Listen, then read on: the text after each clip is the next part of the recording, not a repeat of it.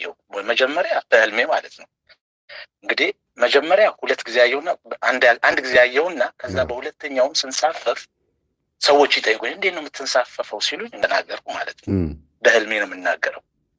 ከዛ በሶስተኛ ጊዜ ትናንት ነው ባጭሩ ትናንት ነው አጋጣሚ የጸሎት ፕሮግራሞች ነበሩ ለ3 ቀን ያህል አጋጣሚ እንደገና ያን የመንሳፈፍ ህልም ትናንት ደግም ያየሁት ማለት ነው። ትናንትና በትክክል ማለት ነው። ከዚህ በፊት አመት ይሆነዋል ምናምን አየሁ። እንዴት ነው እስቲ አሁን ለሶስተኛ ጊዜ እንዴት ነው ያየው እስቲ?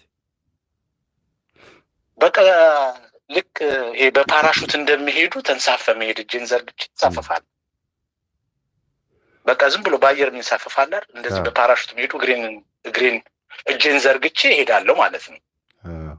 እና እነዚህን አንዴ የዛሬ አመት በተከታታይ 2 ጊዜ ያየኋቸው። አንዴ ሰዎች ሲጠይቁኝ በህልሜ ነው ሰዎች የሚጠይቁኝ እንዴት ትንሳፈፋለህ ሲሉ እንዴ ለስላሴዎች ምን ይሳናቸዋል አልኩኝ። እንዴ ትናንት ደግሞ ህልም እኮ ነው እንዴት ትንሳፈፋለህ ብሎ አጠያየቃቸው ራሱ ያስቃል በጣም እኔ ገርሞኝ ነው። አሁን ደግሞ ትናንትና ደግሞ እንደዚሁ የሰባዊ ፕሮግራም ነበር ለ3 ቀን እና ትናንትና ይሄንኑ መንሳፈፍ ለምሳሌ ትናንትና ያየሁት ዝቅ አርጎ ወደ ገደል ነገር ላይ ይወስድና ከፍ አርጎ ደግሞ ሲያወጣኛዋለሁ ከስር እንደ ጫማ የሚመስል ያለ ማለት ነው። አሁን ስለተደጋገመብኝ ይሄ እንግዲህ ያው መልስ አገኝበታለሁ ብዬ ነው ወደ አንተ ያቀረብኩ እንጂ በውስጤ እርግጥ ፍራቻም የለኝም፣ ግን ዝም ብሎ አስበዋለሁ ምንድን ነው እላለሁ። እና ምናልባት ልክ ነህ።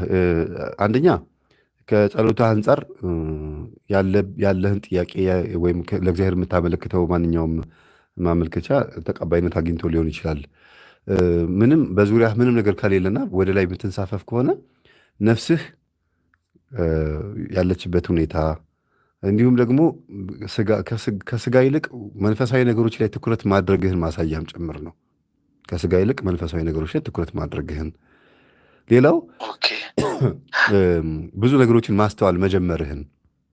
ከላይ አይደለ ንስር ከላይ ሲሆን ሁሉ ነገር ማየት የሚችለው ብዙ ነገሮችን ማስተዋል መጀመርህን ማሳያም ስለሆነ በተደጋጋሚ ይሄን ነገር ስታይ ምን ታደርጋለህ? ሱባኤ ትገባና ጌታ ሆይ ምን እንደሆን ትፈልጋለህ? ልክ ቅዱስ ጳውሎስ ሳውል በነበረበት ጊዜ የሐዋርያት ሥራ ላይ ጌታ ሆይ ምን አደርግ ዘንድ ትወዳለህ ብሎ ጠየቀ ይላል።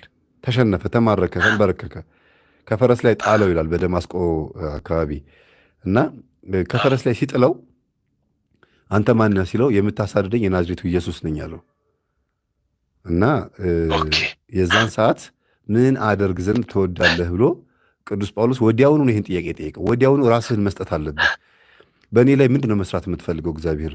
ይሄን የምታሳየኝ ለምንድን ነው? ነፍሴ ብዙ ጊዜ እንደዚህ አይነት ነገሮችን የምታሳየኝ ለምንድን ነው? ህልም ደግሞ ቀላል አይደለም። ነቢዩ ዳንኤልም ሌሎችም ብዙዎቹ በመጽሐፍ ቅዱስ ውስጥ ያሉት አብዛኞቹ በህልም ተመርተው እመቤታችንም ሳትቀር ዮሴፍም ሁሉም በህልም ተመርተው ትልልቅ የመዳን ጉዳዮችን ፈጽመዋል። እንደው በቀላል የምናልፈው ቅዠት ነው ብለን የምናልፈው አይደለም። ስለዚህ ያለህበትን የክርስትና አቋምህን ይኸውና የምታስበልጠው ለነፍስህ ከሆነና በተደጋጋሚ ይሄን የምታይ ከሆነ እግዚአብሔርን እኔ ከምፈልገው ነገር ይልቅ አንተ በእኔ ላይ ልታደርግ ያሰብከውን ነገር ለማድረግ ፈቃደኛ ነኝ። በእኔ ላይ ምን እንዳደርግ ትፈልጋለህ? እስቲ ፍቃድና እዘዝና ላከናውነው ብለህ ፍቃድ ራስህን ስጥ። ቤተሰብ አስተዳዳሪ ከሆንክ በመጠኑ ብቻህን የምትኖር ከሆነ ደግሞ ፈቃዱን አስበልጠ 90% አድርገህ በአንተ ላይ በደንብ እንዲሰራብህ ዝም ብለህ ስጥ ራስህን። ቤተሰብ የምታስተዳድር ከሆንክ ግን እንዴት ነው? እግዚአብሔር በእርግጥ ያውቃል ምን ማድረግ እንዳለበት። ግን ስትጠይቅ ስትጠይቅ አጠያየቁን ፍጹም ያደርግልሃል። ብቻህን ከሆንክ በቃ እኔ በእኔ በኩል ለምን ጸለይክ ለምን ሰገድክ የሚለኝ የለም። ወይም ደግሞ የሚስት የልጆች የትዳር ጉዳይ ሀሳብ ሆኖብኝ በከፊል አይምሮዬን አይሰርቀኝም። ሙሉ ጊዜ ለአንተ ለመስጠት የምችል ከሆነና እድሌና አንተ የወሰንክልኝ አንተ ባቀርክልኝ መንገድ የሚሄድ ከሆነ ይኸው ራሴን ሰጥቻለሁ ብለህ ራስን ፍቀድ። እንደ ኖርማል እንደ አንድ ክርስቲያን ስናስበው ግን ጥሩ ትጋት ላይ ስላለህ እየጸለይክ ስለሆነ የነፍስህን ኃይልን ያየኸው የነፍስህን ኃይል አሁን ያጠራጠረኝ ምን መሰለህ? አሁን እንደምትለው ያው እኔ ራሴ ፈልጌ ሳይሆን እግዚአብሔር ፈልጎ እንዳገኘኝ 100% አውቃለሁ። ራስ አሁን ሰው እግዚአብሔርን ፈልጎ ነው፣ እኔ ግን እሱን ፈልጌ አይደለም የሄድኩት ወደ እግዚአብሔር፣ ራሱ ነው በመንገዱ። አሁን ይሄንን ጥያቄ ሊያደርግብኝ የቻለ ደግሞ አንድ ነጥብ አለኝ። ከ2 ዓመት ለ3 ዓመት እና ለ4 ዓመት ጥሩ መንፈሳዊ ነገር ላይ ነው የነበርኩት። ከዛ እነዚህን 2 ዓመቶች ግን ሳላቅ ጊዜ እየጠበቀ የሚያስተይ ነገሮች አሉ። ለኔ ስገባበት አይታወቀኝም። እንዲያውም መጀመሪያ ስሳሳት እግዚአብሔር ራሱ በህልም አሳይቶኛል። ቀጭኗን መንገድ አሳይቶ በስተግራዬ በኩል ራሱን ዝቅ ያደረገ ይሄ ያደፈጠ ዘንዶ እባብ የሚመስል አድፍጦ በህልሜ አይቻለሁ። ያው ስለ እንዳልከው መንፈሳዊ ነገሩንም እስከዚህ ሰዓትስ በወድቅም እየታገልኩ እንደምሄድ አውቃለሁ በራሴ እና ያንን አያለሁ። እና ጊዜዎች እየጠበቁ አሁን ወቅት ለምሳሌ ዓመት ከቆየ በኋላ የሆነ በዛ ኃጢአት እወድቅበታለሁ። ስገባበት አይታወቀኝም። ከዛ ወዲያውንም ጸጸትና ንስሐ ገብቼ ቀኖናዬን ጨርሼ ምን ብዬ በራሴም ደግሞ ከንስሐ በፊት ጸሎት ሱባኤ ይዛለሁ። ከዛ ወደ ካህን ሄጄ ቀኖናዬን ተቀብዬ እንደገና እቀበላለሁ ማለት ነው። ከዛ ከሱ ጋር ነው ትግሌ። ከብዙ ነገር ርቃለሁ። እንደገና ጊዜ ጠብቅና ይመጣል። ይሄ አሁን ከዛ አኳያ አይቼ ይሄ የመንሳፈፉ ነገር ግራ ስለገባኝ ነው። ግን እንዳልከው ሊሆን ይችላል። ባንተ አቅም ይኸውልህ ወንድሜ፣ ባንተ አቅም መንሳፈፉን እንደ ትልቅ ብቃት ወይ እንደ ቅድስና ወይም ደግሞ እንደሆነ አንድ የሆነ የሚያስደነግጥ ለእኔ አይገባኝም ብለህ አስበህ ሊሆን ይችላል። ይሄ ግን የነፍስ ባህሪ ነው አልኩ።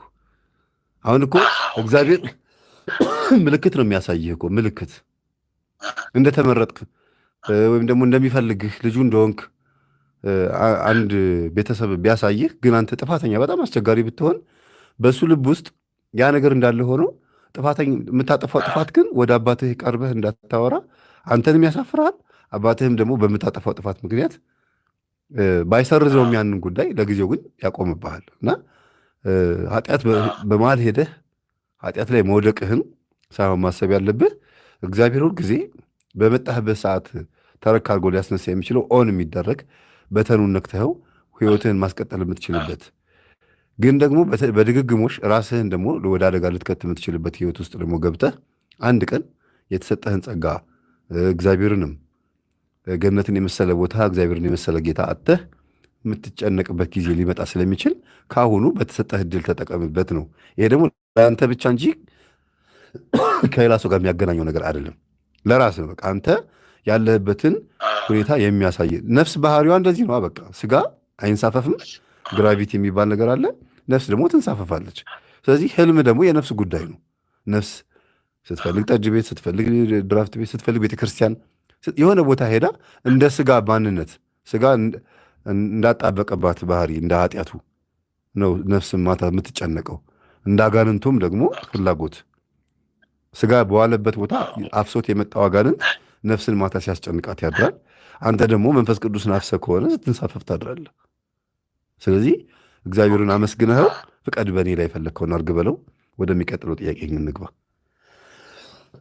ሌላው ይሄም ደግሞ ከህልም ጋር የተያያዘ ነው። ግን አንተ ከምታስተምራቸው ትምህርቶች ጋር ከኔ ጋር የተጋጨ ነገር ስለገጠመ ምናልባት አንድ ነው አንድ አይደለም ነው። እኔ ምን ያለው ከዚህ በፊትም በዓለማዊ ህይወት እያለሁ እኔ ከእህቶቼ ጋር የመተሻሸት ባህሪ ያሳይና ከዛ በህልም ማለት ነው ተሻሽና በህልም ማለት ግንኙነት አትፈጽምም። በእንቅልፍ ልብ ማለት ነው። በህልም ነው። በህልም ተኝቼ ልክ እንደ ወሲብ አላደርግም። ይሄ ግንኙነት አልፈጽምም አይደለም። ለይልኝ።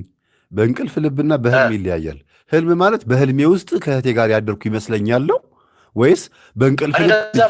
አነጋገሩ ሊያልችለው ይሆናል እንጂ በእንቅልፍ ልብ እጄ ሰዶ ወደዛ አካባቢ ይሄዳል ነው።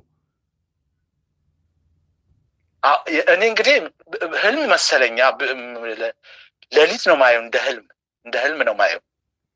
አሁን ለምሳሌ ከሴት ጋር በህልም ስታድር እንደምታየው ማለት ነው። እንደዛ ከሆነ በህልምህ ነው ያየኸው። አጠገብህ የለችም ማለት ነው እህትህ? አይ አጠገቤ ሰው የለም፣ ብቻዬን ነው። ግን በህልሜ ነው ማየው።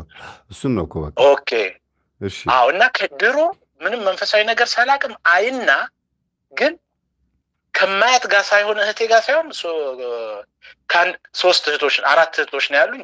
አንደኛዋ ከእህቶቼ አንደኛዋ ይታመማሉ። ልክ እንደዚህ ሳይ ያማቸዋል እና በተደጋጋሚ እንደዚህ አይ ስለነበረ ያኔ እውቀቱም የለኝም መንፈሳዊ ነገር ግን ከዛ በመለማመድ ልክ ካየኋቸው አንዳቸውን ወይኔ አሁን ደግሞ አንዷ ልትታመም ነው ማለት ነው ውስጥ ይጨነቃለሁ። ከዛ ልክ ይሄን ትምህርት እናንተም የመምህር ግርማንም ስለመንፈስ ሳውቅ ወደ እንግዲህ ይሄ አይነ ጥላ ዛር ምናምን የሚሉት ነገር ይሄ ከእናት ጋር ግንኙነቱ ወንድ ደግሞ ከአባቱ ጋር እንደሚባለው ነገር አርጌ ቆጠርኩትና አሁን በቅርብ ጊዜ ደግሞ ለዛሬ 1 ወር አካባቢ ይሆናል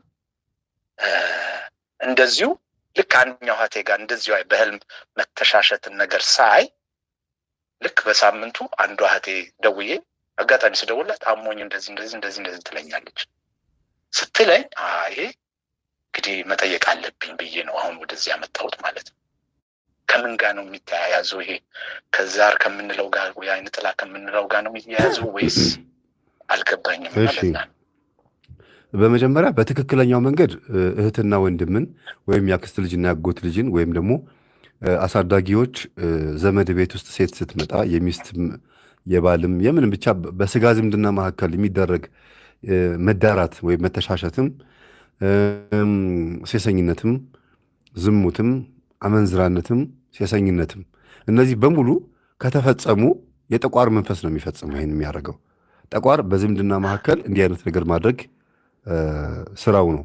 ደፋር ስለሆነ ህግጋትን ማሻር፣ የሃይማኖት ህግጋትን በተለይ በአጽዋማት ውስጥ ወሲብ ማስፈጸም፣ በግዝት በዓላቶች ውስጥ ወሲብ ማስፈጸም፣ እንደገና ደግሞ የቤተ ክርስቲያን ህግጋትን እንድንሽርና ጥሰን እንድናልፍ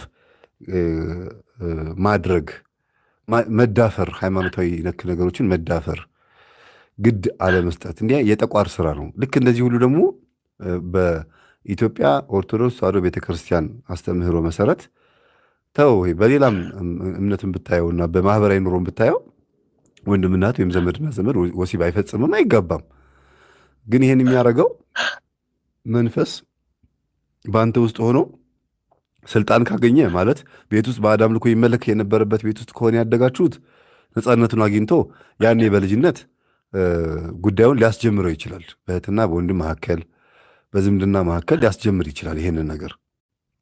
ግን ቤት ውስጥ ሴቶች ብቻ ወይም ወንዶች ብቻ ከሆኑ ደግሞ ግብረ ሰዶም በማድረግ ሌዝቢያን በማድረግ የተለያዩ የወሲብ ፊልሞች እንዲያዩ በማድረግ ዘመናዊ የሆነ ግን የጥንቱ የሚመለክ የነበረው ጠቋር ሰልጥኖ በእህትና ወንድሞቻችን ላይ ይሄን ስራ ሊያሰራ ይችላል። ይሄ መንፈስ ያለባቸው ቤተሰቦች መቼ ነው ይሄን ማየት የጀመርከው? ቆይ መጀመሪያ ግን አንተ ልጠይቅህ። በፊት ምንም መንፈሳዊ ነገር ሳላቅ ድሮ በቃ ቢያንስ 30-20 ዓመት ይሆናል በወጣትነቴ። አሁን ወደ 40 ምናምን ዓመቴ ነው። ይሄን ታይ ነበረ? ዛሬ 20 ዓመት አካባቢ ሆነ። አይ ነበረ ሳይ ግን ያው እንዳልኩ መታመም ነው ማይባቸው። ከዛ በኋላ በቃ አሁን ደግሞ ምን አይነት ባህሪ ያመጣ? አሁን ደግሞ ልክ ያንኑ አሁን ለምሳሌ አሁን እንዳልከው ይሄን ትምህርት ከሰማው በኋላ ኦኬ ይሄ ነው በቃ ምንም ችግር የለም። ግን እርግጥ እንዳልከው በቤት ውስጥ ደግሞ አምልኮ የለንም፣ እንደዚህ ባዕድ አምልኮ ምናምን የለም። ምናልባት እንደዚህ አሁን እኛ ሳናውቅ እውቀቱ የምንጠቃበት የመንፈስ ጉዳት እንዳለ የቤተሰቦቻችን ሳያውቁ መንፈስ በዛሬ የሚመጣ ሊኖር ይችላል። አምልኮ ግን ምንም የባዕድ አምልኮ ቤት ውስጥ የለም። በአስተዳደጋችንም በኑሯችንም እንደዛ በአባት በእናቶቻችንም የለም። ቆርበው የሚኖሩ ናቸው አሁን በስነ ስርዓቱ ማለት ነው። መቁረብ ሳይሆን እንትኑ ዋናው ትልቁ ጉዳይ ባዕድ አምልኮ አለመመለኩም ነፃ አያወጣም። ወይም ደግሞ ዛሬ ያሉበት ህይወታቸው አይደለም ትልቁ ጉዳይ። ታመህ በነበርክበት ሰዓት ወይም ደግሞ የሆነ ችግር ገጥሟቸው መፍትሄ ፍለጋ ጠንቋይ ጋር ከሄዱ ደብተራ ጋር ከሄዱ አይቀርላቸውም፣ አፍሰውት ነው የሚመጡት። ጠንቋይ ማለት ወይም ደብተራ ማለት ደግሞ ብዙ አይነት ባህሪ ያላቸው ሰዎች መንፈስ የተጋባበትም የሚያጋባም ስለሆነ እንደየመንፈሱ ባህሪ ታስተናግዳለህ። አንዱ ይሄ ነው። ሌላው ይሄን የጠየቅኩህ ለምንድን ነው መቼ ነው የጀመረ ያልኩት፣ እንዲህ አይነት ባህሪ ያላቸው እንዲህ አይነት መንፈስ የተጋባባቸውና የጠቋር መንፈስ የነገሰባቸው በዝምድና መካከል ወሲብን ሲያስፈጽም የኖረ መንፈስ ያለበት ሰው አንተን በሆነ አጋጣሚ መተት መትቶብህ ሊሆን ይችላል፣ ወይ ሴት ከሆነች መስተፋቀር አድርጋብህ ሊሆን ይችላል፣ ወይ ደግሞ በቡዳ ተበልተህ በልጅነትህ በቡዳ ተበልተህ ሊሆን ይችላል። ይሄ እንዲህ አይነት መንፈስ ያለበት ሰው ወደ አንተ ሲያጋባብህ መንፈሱን አንተም ሳትወድ በግድ ያን ትዋረሰዋለህ። ሌላው ካዋዋልህ ነው። ካዋዋልህ የምትውልበት ቦታ የምትለከፍበት ሁኔታ ላይ ከሆነ ያለኸው ስለ መንፈሳዊ ነገር ሳታቅ ኖርማል ጨዋታ ወይም ዳንኪራ ምናምን የተለያዩ ነገሮች ሆነው መስለውህ ያፈስክበት ነገር ሊኖር ይችላል።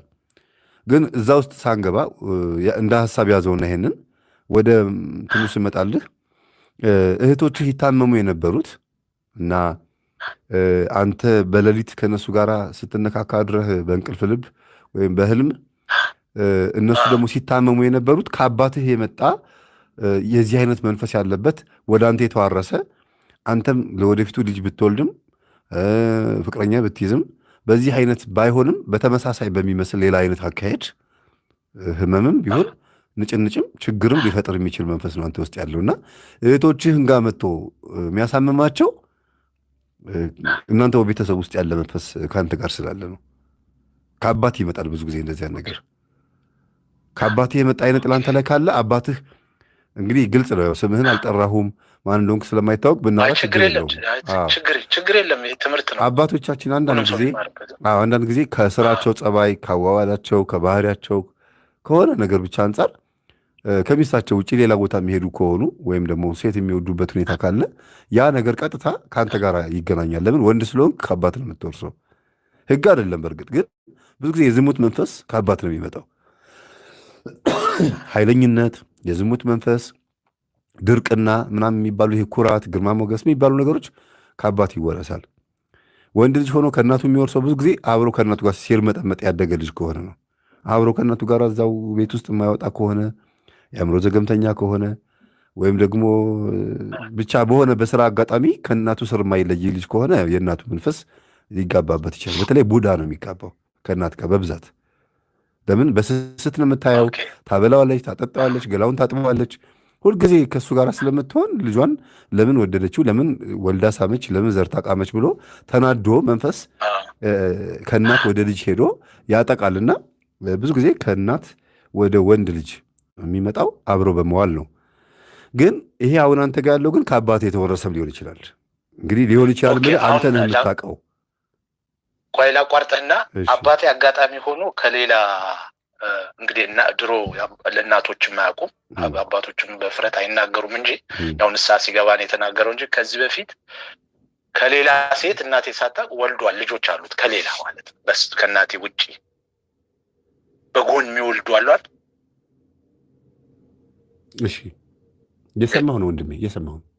አዎ። እና አሁን ካልከው ጋር እሱ ነው ማለት ነው የሚገናኘው ወይስ እንዴት ነው ማለት ነው? ለምሳሌ አሁን በጎን መውለዳቸው እኮ ብዙ አባቶቻችን ወይም እናቶቻችን ትዳር እምቢ ብሏቸው ከአንደኛው ጋር ሲጣሉ ወደ ሌላ ቦታ ይሄዳሉ። ያ በሰዋዊ ስታየው ካልተመቻቸው መቀየር መብታቸው ነው። 2 ጊዜ ትዳር ይሞከራል፣ 3ኛ ላይ ይከብዳል ትንሽ።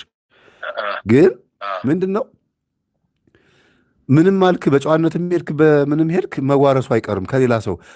አንድ ሰው ከ2 አካል ጋር በሚሄድበት ሰዓት ለምሳሌ አንዷ ሰሜን፣ አንዷ ደቡብ፣ አንዷ ምዕራብ፣ አንዷ ምስራቅ ከሆነች እንደየሀገራቸው ባህል እንደየሀገራቸው አኗኗርና እዛ ሀገር እንዳለው ጠንቋይና ደብተራ ባህሪ አንጻር መናፍስቶቹ አንተ ሄደህ ወይም አባትህ ያንተን እናት ከማግኘታቸው በፊት ሌላ ትዳር የነበራቸው ከሆኑ ያችኛዋ ሴት ምን ሀገር የት ሀገር ምን አይነት አኗኗር እንዴት አይነት በአዳም ልኮ ይመለክ የነበረበት ቤት ውስጥ እንዳለች አይታወቅም። የመንፈሱ ባህሪ ምን እንደሆነ አይታወቅም። ያንን አፍሰዋል። በምን በሩካቤ ወደ እናትህ መጡ። የእናትህም ደግሞ ልክ እንደዛው ነው የሚቀጥለው። እንደዛ እያለ ይቀላቀላል፣ መንፈስ ይዋሃዳል። በነገራችን ላይ ምንም ነገር አይነት ቢያጋጥምህ እንዲህ አይነት ነገር ሌሊት ችግሩ እንዳያጋጥምህ ቅዱስ ሩፋኤልን ጠበቃ አድርገህ መተኛት ነው። ያ ማለት ጠበቃ ስራቸው ስለሆነ ጠብቀኝ እንዲህ አይነት ነገር ስልቱን ቀይሮ በፊት እህቶቼን ያሳምም ነበር። አሁን ደግሞ ኃላፊነት የወሰድኩበትን የራሴን ህይወት እንዳልመራ በዚህ ችግር እየፈጠረብኝ ነው ብለህ ማሳሰብ አለብህ። ስልቱን ይቀይራል ብዙ ጊዜ። ለምሳሌ ያኔ እህቶችን ያሳምም ከነበረ አሁን ደግሞ በእህቶች ፈንታ ያሉት ማን ናቸው? ያው ጠቋር መንፈስ ምን ያደርጋል? ከአንተ የማይጠበቅ ቃላት እንድታወጣ አድርጎ ፍቅረኛዎችህን፣ ሚስትህን ወይም ደግሞ በአንተ ዙሪያ ያሉትን ሴቶች በማስቀየም ደፋር ቃላት ወይም ደግሞ ማይጠበቅ የሚያዋርድ ቃላት እንድትናገር አድርጎ ያባራል። ለምን? ጠቋር ስለሆነ ስልቱን ይቀይራል እንጂ ደፋርነቱን አያቆምም። ኦኬ አሁን እኔ ግልጽ እንዲሆንልኝ የፈለኩት ምንድን ነው የኔ በህልም የነሱን ማየት የነሱን መታመም የሚያሳየኝ ምክንያት አሁን የምትለው ትንታኔ ነው ማለት ነው። አሁን እነሱ የሚታመሙት ያኔ እንደዛ ሊያደርግ ይፈልግ ነበረ። በፊት ቢችል አጋጣሚ ሊያገኝ እንዲህ አይነት ነገሮችን ማድረግ ይፈልግ ነበረ ነው መንፈሱ። አንተ በህልም ካያቸው በኋላ ሴቶቹ የሚታመሙት ካንተ ወደ እነሱ የሄደ መንፈስ አለ ነው። ከአባት የተረከብከው ወደ እነሱ የሄደ መንፈስ አለ። ወደ እህቶች የሄደ መንፈስ አለ። ይሄ ነው ያኔ። ስለዚህ የመታመማቸው ጉዳይ እሱ ነው እንጂ እንደዚህ በስጋ በሽታ ወይም አጋጣሚ የእነሱን መታመም እኔ በህልሜ የሚያሳየኝ ነገር ነው አይደለም። ከመንፈስ ጋር የተያያዘ ነው ማለት ነው። መንፈስ ነው እንዴ? መንፈስማ መንፈስ ነው። ግን ለምንድን ነው የሚያሳምማቸው የሚለው ቋንቋ ዲቴል ግልጽ ሆኖ ባይጻፍም ግን ጠቋር እዛ ሄዶ ችግር የሚፈጥረው በዝምድናና በስጋ ዘመዳማቾች መካከል ማርከስ የሚፈልግ መንፈስ እንደሆነ ማሳያ ነው። ለምንድን ነው የሚያሳምማቸው? እፍረት ተሰምቶ ለምሳሌ እነሱም እኮ በህልም ሊያዩ ይችላሉ። እዛ ለምሳሌ የታመሙት ምናቸውን ነው የሚታመሙት? ራሳቸውን ለምሳሌ አሁን ከዚህ በፊት ብዙ አላስታውሰውም። አይደለም እንደሱ አይደለም። አሁን ለምሳሌ ባጭሩ አሁን ከአንድ ወር በፊት የታመመችው ኮሮናን ያዛት። ልክ በህልም ያየው አንደኛዋን እህቴ በህልም ያየኋት፣ ልክ እችኛዋ ደግሞ አጋጣሚ ኮሮና ይዟት ስደውል ኮሮና ሞኝ ምናምን አለች ስትለኝ፣ አሁን ጥያቄ ያነሳብኝ ደግሞ እሱ ነው። ከእህቶቼ ጋር ምን የሚያገናኝ ነገር አለኝ? እኔ እንደ ጊዜው ስልቱን ይቀያይራል። ያኔ እንዲህ ማድረግ የሚፈልገው የነበረው መንፈስ አሁን ደግሞ በዛ ብታመልጡኝም እዚህ ጋር ደግሞ እንዲያረጋቸዋለሁ እያለ ከአባት የወረስከው መንፈስ መሆኑ ምልክቱ በቀጥታ አንተ ህልሙን ልክ ስታየው እነሱ ከታመሙ ኮሮናም ይሁን ጭንቀትም ይሁን ሌላም በሽታ ማንኛውም በሽታ ይሁን አንተ እንዳያቸው የምታየው እኮ ኖርማሊ ቁጭ ላይ እያስታመምካቸው ቢሆን ኖሮ ችግር የለውም፣ በጸሎት ታግዛቸው ነበር። ስትነካካቸው ስትዳብሳቸው ከሆነ የምታየው መንፈስ ያላግጣል፣ ይስቃል። ጸበል ቦታ ላይ ከሆነ ከት ብሎ ይስቅና ሰራሁላት፣ ተጫወትኩባት፣ ግራ አጋባኋት ይላል። ይሄ ሰውን ኮንፊውዝ የሚያደርግበት መንገድ ነው። ሁለተኛ ነገር ደግሞ በዚህኛው አይነት ሲስተም ብታመልጡኝም ግብሬን ግን ቀይሬ በሌላ ነገር አገኘዋለሁ። ግብሩን እኮ መቀየሩ ነው በሱ ቤት። ያኛው ግብሬ ነበረ ግን ያ ነገር አምልጦታል። አሁን ደግሞ በዛን ጊዜ ማግኘት የሚገባኝን ግብሬን ትቼ አሁን በዚህ በኩል እያገኘሁት ነው እያለም ሊሆን ይችላል። ግን ተወው፣ ይሄንን በምንም መንገድ ይምጣ አሁን ለማወቅ ነው እንጂ እውነትህን ነው። አዎ ተወው ይሄንን። አንተ ግን ስትጸልይና ስትሰግድ እንዲህ አይነት ነገር የምታሳየኝ ከእህቶቼ ከቤተሰብ ጋር እንዲህ አይነት ነገር ሲሆን የምታሳየኝ የጠቋር መንፈስ ተቃውሞ ያለው ብለህ መስገድ ብቻ ሳይሆን ያለብህ ሁልጊዜ እህቶችህንም ደውለህ እንዲጸልዩ ማዘዝ፣ እነሱ ጋር ሄዶ ደግሞ ስራ እንዳይሰራ ማለት ነው። ሁልጊዜ ማታ ማታ ጸልዩ፣ ስገዱ፣ እንዲህ አይነት ነገር አለ እና ለምን እንደሆነ አላውቅም ብለህ ተናገር፣ ንገራቸው። በቃ አንዳንድ ጊዜ ፈርተው ሴቶችም ጸሎት ይጀምራሉ። በስመ አብ እንዴት እኔ እናንተ ምናምን ይላሉ። ህልም መሆኑን ረስተውት የእውነት የፈጸምክ እስኪመስላቸው ድረስ ደንግጠው መጸለይ የሚጀምሩ ሰዎች አሉ። እና መንገር፣ ግልጽ ማድረግ አንተንም ያግዙሃል። አንተም ስትጸልይ ብቻህን አትጸልይም፣ እነሱም ስለሚያግዙ መንፈሱን መግቢያ ያጣል ማለት ነው። ይህም ብቻ አስብና ይህን ጥያቄ ዝለለው። ኦኬ እሺ አሁን